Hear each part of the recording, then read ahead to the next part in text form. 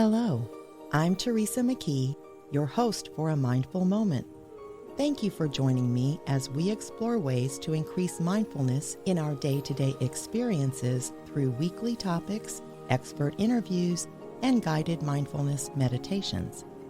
Mindfulness is presence, awareness. It's paying attention to what's happening within us and around us. Mindfulness increases our emotional, physical, and mental well-being. It can also enhance our focus and productivity. Perhaps most importantly, in today's uncertain world, mindfulness strengthens our ability to be more compassionate toward ourselves as well as others.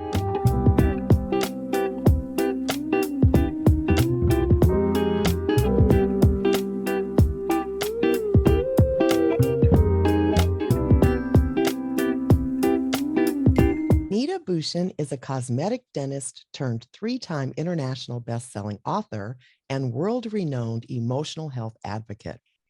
Additionally, she is the founder of the Global Grit Institute, a coaching organization training coaches to become the highest versions of themselves, and she is the host of the popular podcast, The Brave Table.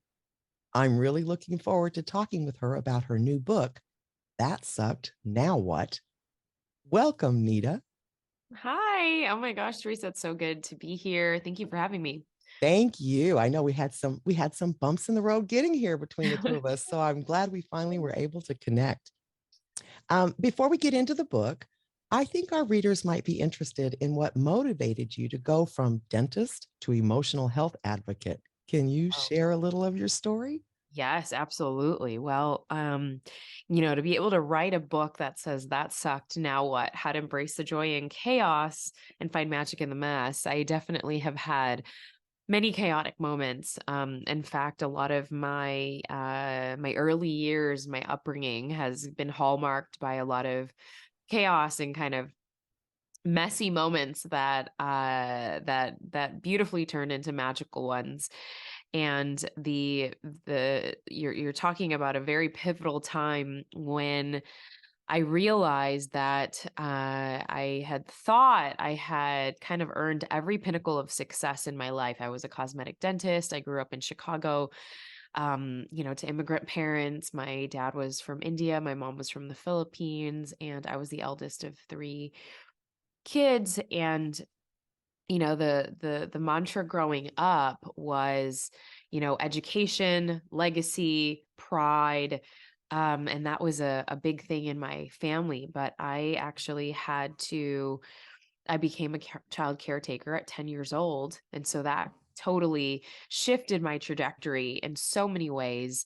Had a lot of responsibility early on and ended up losing both of my parents and my brother before I was 19. And so, a lot of the big messiness or the big suck for me kind of catapulted, because when I got into my 20s, all I wanted to do was recreate an identity fully.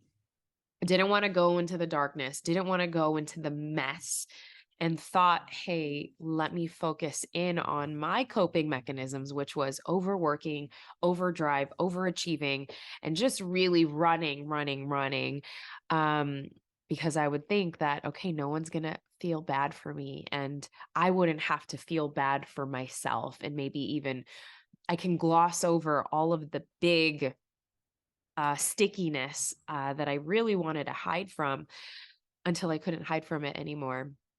And that was at the pinnacle of my dental career. It was the pinnacle of me having a seven-figure business practice, had people working under me. I wasn't even 30. So I had succeeded on all of those traditional checked marked boxes. But I was not succeeding in my personal well-being because I was really living a lie. I was, from the outside world, people thought, oh, wow, she had made it. She's like gone over through this dark time. But I was actually in a very, really unhealthy, toxic, romantic relationship. It was my first marriage. And when I said finally no to that life and I very vividly remember this date, forever etched in my imagination, December 31st on New Year's Eve, 2011. So that was 11 years ago. I, braved all the courage and mustered all I could to leave everything in that life. So the fancy everything to packing everything I could in my car and slowly but surely within that first few years I would then unravel and leave my career of dentistry. I would sell my practice. I would say yes to all of these new opportunities and new beginnings and literally recreate myself yet again, um, in a way where it was finally coming home to myself. And it took a lot of courage and a lot of healing and most importantly, a lot of asking for help. Yeah, and I think I appreciate you sharing that story because I think it's so common because it's instinct to try to avoid uncomfortable emotions and face your fears and do all of the things that you had to do. And I'm very glad you found your way out, but I hope that inspires others to realize they can too. Um, I think the title of the book is pretty apropos these days, as a lot of people are probably thinking that sucked. Now what? After the past 3 years. You provide great examples through your personal stories and your clients' journeys that I think readers will really relate to in the book. I want to start with why some of us are able to handle little setbacks, but Mhm. not the big letdowns, while for others, it's quite the opposite. Can you talk Mm. about that? Oh, yes. Wow. Well, I think that like any muscle, we have to cultivate it. We have to grow it. It's not, there are some people who, and I think researchers have kind of demonstrated this. Two siblings can go through the same thing, the same trauma, the same hardship, and one can develop a mentality of a thriving mindset, which means that they're flourishing, they take responsibility, personal responsibility, they're kind of growth centered, they're kind of like, all right, how can I improve the situation? So they're focused in that trajectory. And the same sibling can experience the same, situation, but have a very fixed mindset as well as a very victimized mindset. Like, why is this happening to me? Why me? It's always me. Nothing ever works out well. And, sometimes, yes, it is biological, but again, it's are we, number one, willing and open to saying yes to the journey and saying yes to the journey? And one of the ways that I talk about in the book is how do you actually build your bounce factor? And in your bounce factor, as part two of the book, actually, there are four pillars.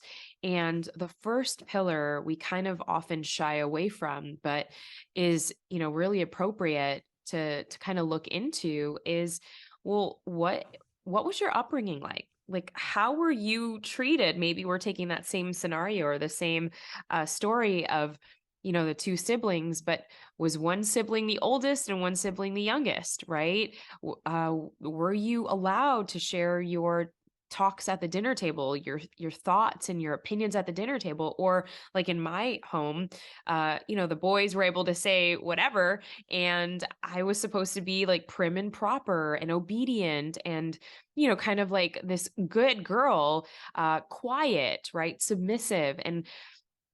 And I think that, of course, would then relate to how you relate into the world, how you relate to your teachers, how you relate to bullies, how you relate to standing up for yourself. And a lot of times we kind of gloss over our upbringing because either it was too painful to look back at, or we kind of just think, I can recreate myself, but we don't realize that there's threads that kind of, in the fourth grade, your math teacher said you would never amount to anything. So now you don't raise your hand anywhere, or you kind of are a perfectionist because of that one instance that happened in the fourth grade. And so, if we're allowing ourselves to what I like to call the second pillar, which is look into our current environment and see how we can slowly and incrementally add more good stress into our life. And, Teresa, when I talk about good stress, I'm talking about saying yes to some of these hard things, saying yes to leaning in to uncomfortable situations. And I am asking you to put yourself into uncomfortable situations, especially if you have a tendency to not. If you're saying, "Oh gosh, I avoid confrontation," or "I'm not one to really speak my mind here." Well, let's look into that. Well, why is that? Ask. Let's go down that rabbit hole. Ask yourself, well, why? And then go further than that and say, well, was there ever a time in my life where I tried to do this, but then I was shut down? And maybe I'm still carrying some of this lingering, stuff that's sticky that may need to kind of purge up to the surface so that we can clear it and maybe ask a new question. But again, we have to be open to it. If it's so easy for us to judge ourselves, it's so easy for us to put the blame on other people. And that's what the difference, again, between someone who's thriving and someone who's constantly like stuck in that victim zone is the person that's thriving is asking, right? Like how could I have studied for this test better, or how could I have approached this conversation better? Where the other person is kind of like, well, that person always does wrong to me. And for those of you listening, we probably have a friend who kind of is like addicted to their suck, who's addicted to the bad things that happen to them, right? And they come to us for solace, they come to us for, no, it's going to be okay. No, it's not that bad. But maybe we can ask them, like, well, was there ever a time where you thought that perhaps, you know, you could have also added to the conversation? Because many times that, if they're open to it, that begins the self inquiry, and self inquiry leads to the third pillar in building your bounce factor, which is your radical self awareness, your RSA. And your RSA is kind of like starting the building blocks of taking personal responsibility. When we begin to kind of lean into the uncomfortable emotions of, ooh, am I worthy? Am I enough? Well, that's kind of the underbelly of like, well, she hurt me this way. Well, how did that person make you actually feel? And what did it mean for her to not pick up your phone call? What did it mean for her to slight you at the grocery store? Well, it meant that I wasn't important. It meant that I didn't feel seen. And it also reminded me of I not feeling seen when I was a kid trying to fit in high school. And so I think a lot of times when we do that introspection, it can lead us into really interesting places to then cultivate and have a sense of compassion for ourselves as we're building our bounce factor. Yeah, that's so important. And again, I think everything, not only does it affect us in making decisions, but I don't know if everyone's really aware that if you haven't unpacked your past, basically, you're viewing the world through a lens that is based on those past experiences, right? Because everything's really subjective, and it can really influence not just decision making, but how you feel, even on a day to day basis now, because of something that you're still carrying from the past that you haven't really explored. And our minds are very different when we're 11 than as an adult, right? But we're seeing it through an 11-year-old's perspective, or experiencing it. Maybe we're not seeing it yet because we haven't looked, but I think it's really important. So thank you for that. Oh, absolutely. So we've mentioned the name of the book several times, but what are some that sucked now what examples so people really know what we're talking about? Oh gosh, yeah. Wow, I have a whole list in here in the book and like part one of the book, but that sucked. You got divorced, right? Your now what can be that you started to, go on a solo trip with your girlfriends or even by yourself. That sucked could also be, wow, you just got fired. And the now what could be, well, I can finally actually, write that book that I always wanted to, or do that side gig and start that project that I've been pushing off. That suck could also be, wow, that relationship ended. I did not see that coming, and I feel really awful. And the now what could be, well, maybe I can finally get that therapy and support that I always wanted and needed to heal my heart. That suck could be going through a loss. That suck could also be um, getting a medical diagnosis, even though you thought you were completely healthy and you've been doing everything in your power. The now what could be, okay, here's where I'm at. Maybe I do need to slow down. Maybe I do need to look into different modalities of healing. Maybe I do need to just take a pause and a break. Another now what could also be, maybe I just need to take some time to myself. That sucked could be, gosh, I didn't get that promotion that I wanted. The now what could be, well, all right, this really stinks. I worked really hard for that. And I was expected to be the first person to get that promotion. Well, maybe I can take a bath, or maybe I can, start journaling. Maybe I can call a few friends over and really see how I can improve my resume.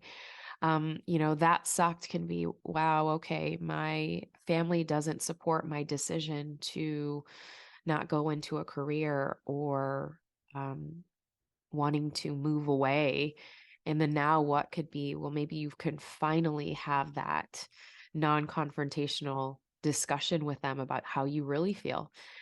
And so it can look in a variety of ways. And I use that sucked now what as honestly a mantra to give you permission to literally honor yourself when you're having hard times, when you're going through hard times.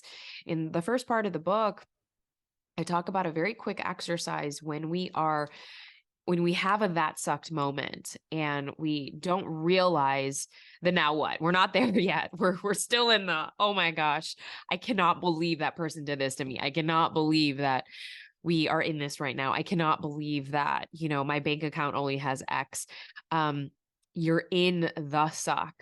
And, it's a great exercise to be able to move through and embody what is happening, because most of the time we bury, we numb, we shove it under a rug. We're like, oh, I've done enough work.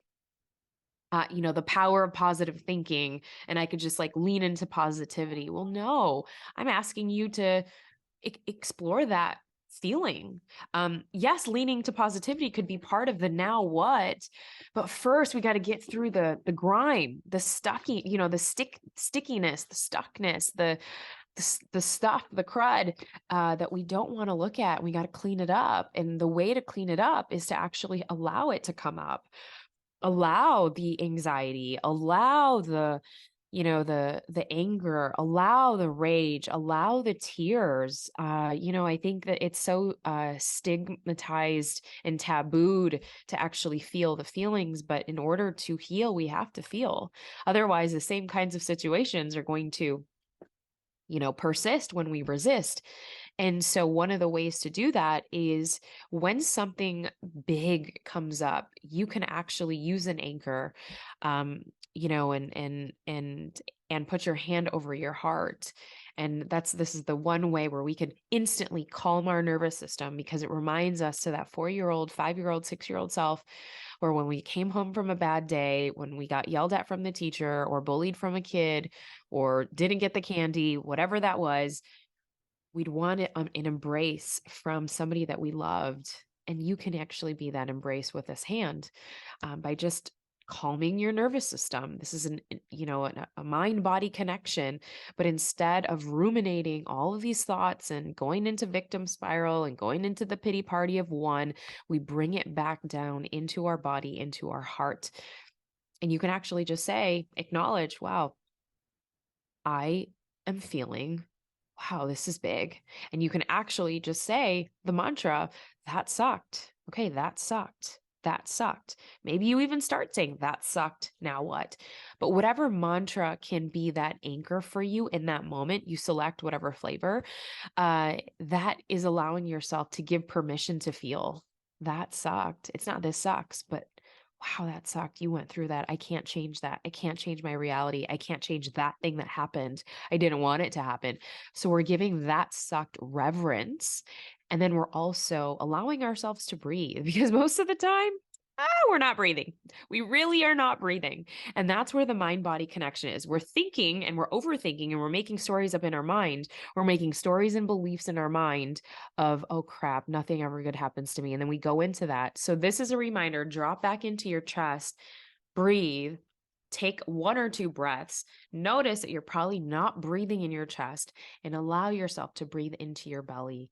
And then see and identify what feeling or what emotion is coming up. And then say it out loud.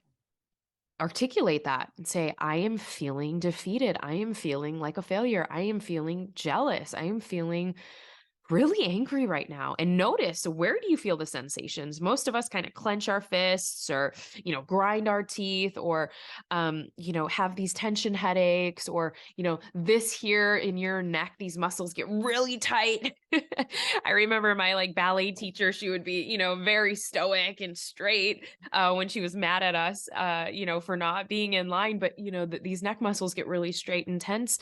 Where are you tensing your body? Where does it actually hurt? Where are you feeling the overwhelm? To take stock and notice that. And if you need to release, allow yourself to feel, allow yourself the tears to come, screams to come. And again, this whole practice, allowing yourself to scream or moan, or you're activating your vagus nerve. And the vagus nerve literally runs from your head to your toes. It's the one nerve that actually, like the embrace of your hand, can calm your nervous system. So you'll realize like the crying actually helps release and opens up the valve of your body, your energetic body, to say, woo, okay, I needed to let that go. Some of you can probably walk around or go outside, but to actually allow that valve, that pressure release button, to say, whew, okay. And some of you might want to scream into a pillow. And literally this whole process can take about a minute. And then we finally end by just integrating that and just breathing again, because what we really want to do is, this is your ability to emotionally regulate. And this is so great when you're in the presence of maybe other people, or you can step out to the bathroom, or with me having young kids, I go to the closet and I'm like, mama needs a minute.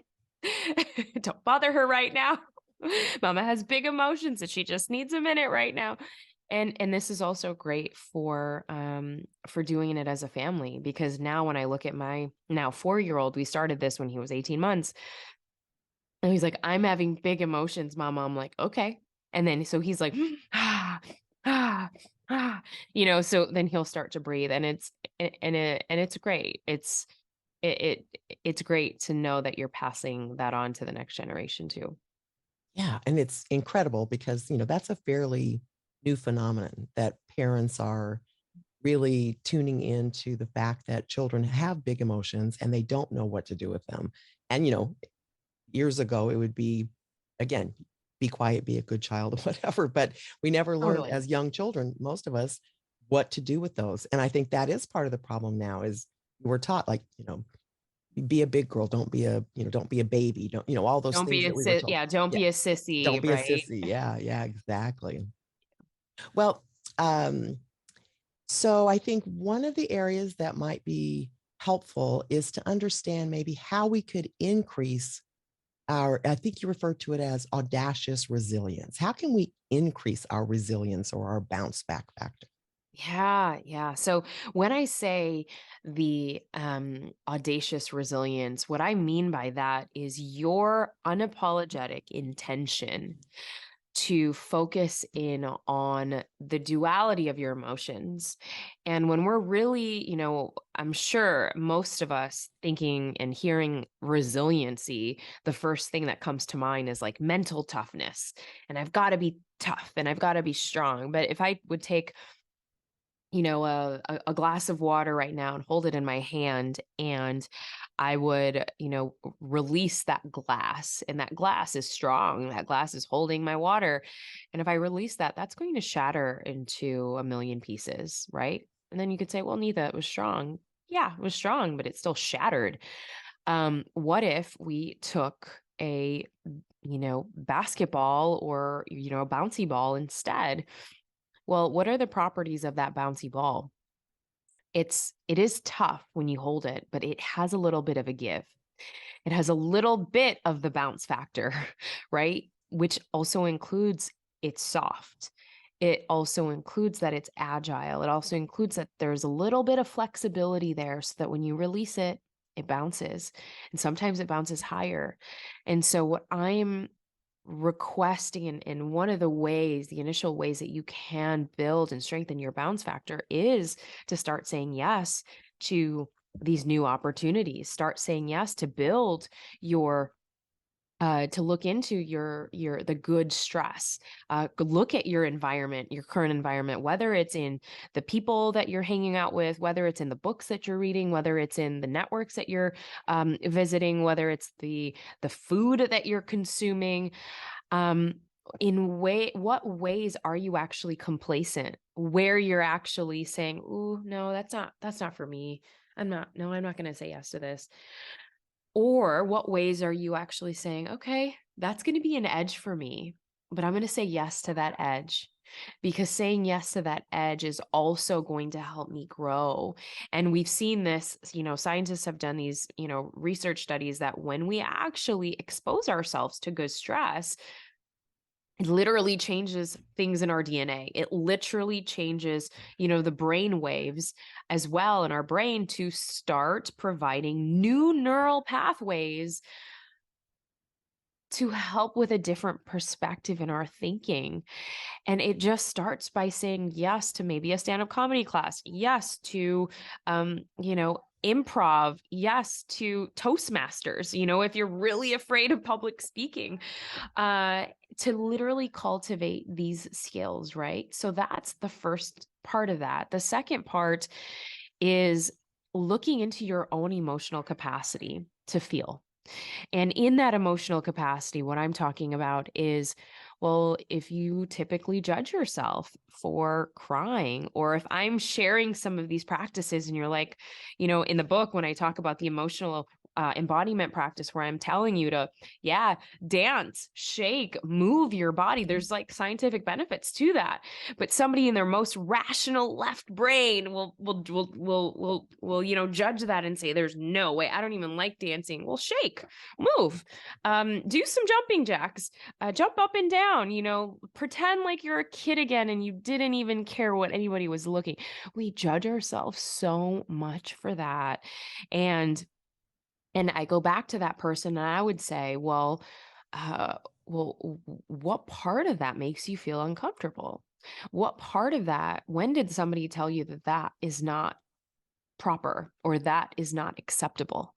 Where you think now, like doing a crazy dance or whatever to stomp out your emotions is definitely not acceptable. Right. And so I think that when we are okay to explore the edges of where we feel comfortable, that is one of the quickest ways to build the audacity of our resilience. And it also comes back to, all right, saying yes to doing some of the hard things, doing some of the work. And that might be, getting professional help. That might be saying yes to a breathwork class. That might be getting out of your comfort zone, going to that retreat that your friend keeps inviting you to, but you keep saying no. Maybe you do go visit that town that you've always wanted to visit, and see how it changes your perspective about things. Because as we keep opening our eyes to more and new perspectives and taking stock in it, getting our journal out and actually writing out, well, how does this make me feel today? Do I really want to go to that thing that I was invited to, that everyone's going to go to, but I don't know if I really, really, truly want to go? You could say no. Those are the tiny little ways that we can start cultivating our audacious resilience. Wow, that's great. Yeah, and you just touched on part of this too, because you talk about the importance of self-awareness in the book, which of course is a major component of mindfulness. And I'm wondering if you can explain to listeners how they can manage the conflict emotions that arise during tough times. How does self-awareness, for those, I mean, I think anyone listening to this, they're working on their self-awareness, but how can they manage the conflict emotions that arise? Because That's really where, again, when we're facing those difficult emotions is when we have a problem usually, and we back down. So when that big thing comes up that you could say yes to, if you're swamped with the conflicting emotions, what do you Mhm. do?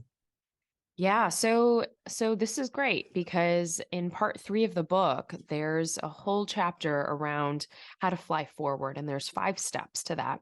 And so I'm going to jump over the first few steps because the first step is literally having a falling moment, and that falling moment is a sucky moment, right? And the second step is like you making that really hard decision. And that really hard decision is going to take bravery. It's going to take courage, whether you stay or you go. And you can choose to stay, but then those same patterns and people and situations and circumstances and setbacks will probably show up in different ways. Um, when we get into the rising stage, when we get into that beautiful rising stage, and that's stage 3, we are going to have conflicting emotions. We are going to be scared. And we are also going to have this curiosity layer. That curiosity layer may not be as big as the fear. But when we are actually just leaning into that fear, well, we're not gonna progress. So we allow ourselves to feel that fear and say, okay, this might be excitement as well. Because fear and excitement, they elicit the same emotions in our body, but come from a place of curiosity. What is the worst thing that could happen? Oh, that you fail at this. And I kind of like to say, well, embrace the suck. Embrace the suck. That's why this book is not called Fly Forward. It's called That Sucked, Now What? It's literally to meet you where you're at, to have levity where you're at, to be able to make fun of where you're also at, because building resiliency is also being able to poke fun at yourself. This is what stand-up comedians do so well.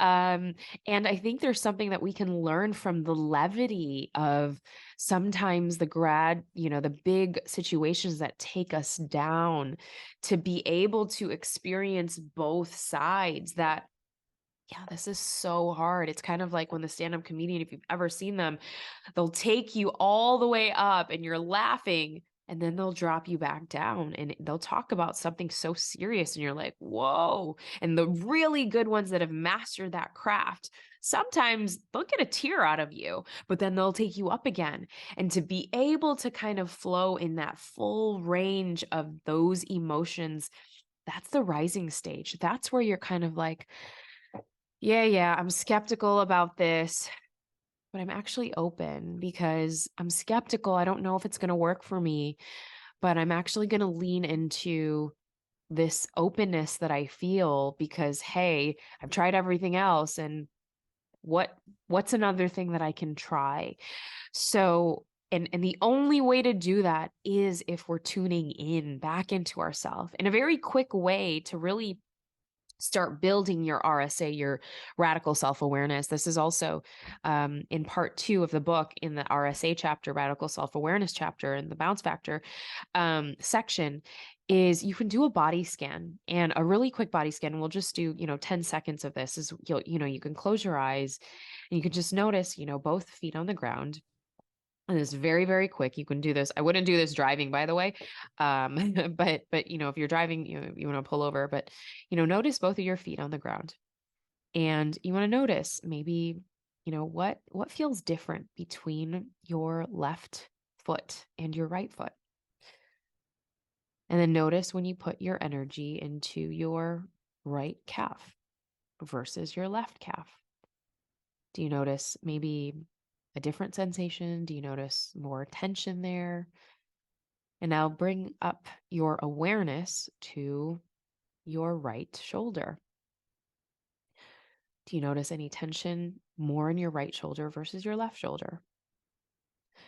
How about your jaws?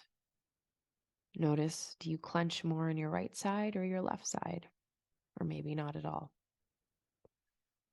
Now draw your awareness to the front, in between your eyebrows, and just release that pressure there. Yeah. Notice where you are holding tension in your forehead. And when you're ready, You can just come back into this space. I did a very quick version of that, but that's a very good way to start building just a body scan awareness practice. I actually give these out in free resources at thatsuckednowwhat.com under resources. So thatsuckednowwhat.com/resources. And I think it's really, really powerful because if you are somebody that's new to this work, or even if you just need a refresher, or if you're like, actually, I like being guided, it's great because, then when you're starting to attune to your body, you can then know, well, how am I feeling emotionally? Is this really right for me? Yeah, am I really leaning more into my fear-based emotions, or can I try something new? What's the worst thing that can happen? What is this emotion telling me? Why am I getting triggered by this person? And then that way we can start, you know, doing that self-introspection work for ourselves. Yeah. And of course, but we use the body scan too with mindfulness meditation because that's really what it is. But I think a lot of people don't realize how disconnected they are from their bodies. I don't know if you agree with that, Mhm. but Oh, my yes. body tells me what's going on frequently before my mind catches on because I am a gritter, right? So I'll notice that right away, like, oh, what's happening? Then I pause.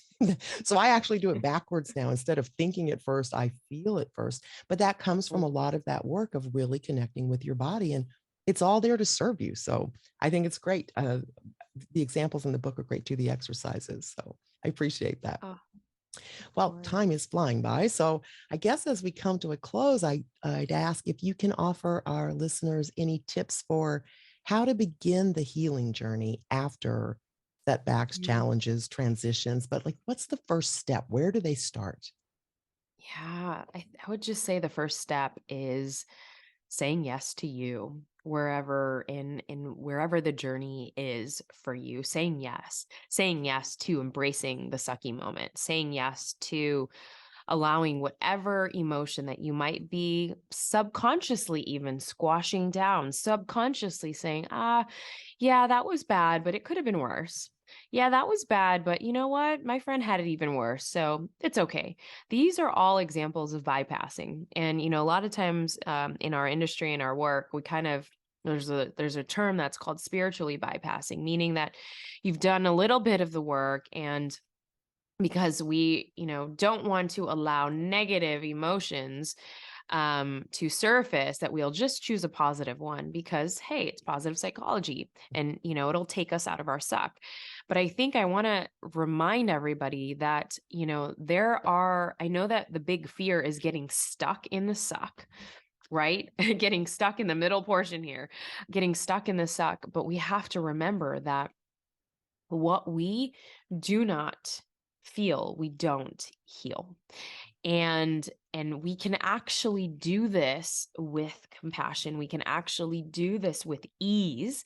It's not going to be easy, but it can be easeful, meaning that, yeah, when we're sitting in the underbelly or the cauldron of the anxiety or the overwhelm or the stress, you can allow it to come up, and you can actually see it for what it is, um, metaphorically. And we of course have examples of how to actually do this practice yourself, but notice it. And that could just be the very first step, is notice, wow, yeah, what do I do with my body when these things actually happen? And if you do need that professional help, that maybe you've been denying, maybe, and I think that going back to my December 31st date, that was so important, because for me, I couldn't do it alone anymore. I needed to tell somebody else I was going through this. I was literally struggling. I was drowning in my own just suck. And that took me saying yes to telling the closest people to me. And there are angels around you, especially if you're going through a hard time. Do you trust that they could possibly be that pillar for you of support? And maybe you also say yes to coaching or therapy or finding healers and people around you that are going to be that container for you to fully express, fully share your rage, fully um, hold you and support you in that time. That's where I would start. Thank you so much. And of course, reading the book is a good place to start, right? So you can get, even if you don't feel quite ready, just start exploring. And I love the curiosity factor because, again, that's also part of our mindfulness practice. So I appreciate all that. Thank you so much for sharing all of this wisdom today. Oh my God, Teresa, it was such a pleasure to drop in with you today and just pouring into your audience. Thank you. Thank you. And do you want to let listeners know before we go, is there any place else they should check out to know more about your work or your podcast? Yeah, well, definitely that sucked now what.com. It takes you all the way through. Grab your bonuses. You can get the book on Amazon. And then when you screenshot your order number, we'll get you all of the goodies that we have. We have a 44-page color guidebook to go through even some of the deeper exercises that we talk about in the book. And then a 5-day healing practice, which starts out with day one, healing our relationships, especially the ones with ourselves. And then, yeah, I'm on Instagram, on YouTube, on Facebook at Neeta Bhushan as well. And yes, I do have a podcast called The Brave Table. So we have these brave conversations to spark brave actions in our life. Wonderful. Well, thank you so much. And it's been such a pleasure talking to you today. Oh my gosh, Teresa, thank you so much for having me, love. Until next time, I encourage you to meditate daily and be mindful in all of your everyday activities. Simply bring your full awareness to the present moment to build your mindfulness skills, paying attention to every detail of what you're doing, from washing dishes to work tasks to taking a walk. Your mind will wander, and that's normal. Each time you notice it has wandered, that's mindfulness. Consider how wonderful the world could be if everyone was mindful. You can help make that happen. It all starts with a mindful moment. This podcast is part of the Airwave Media Podcast Network. Visit airwavemedia.com to listen and subscribe to other great shows like the Daily Meditation Podcast, Everything Everywhere, and Movie Therapy. We deeply appreciate your support at patreon.com/amindfulmoment. Please be sure to subscribe to A Mindful Moment and follow us on Instagram at A Mindful Moment Podcast.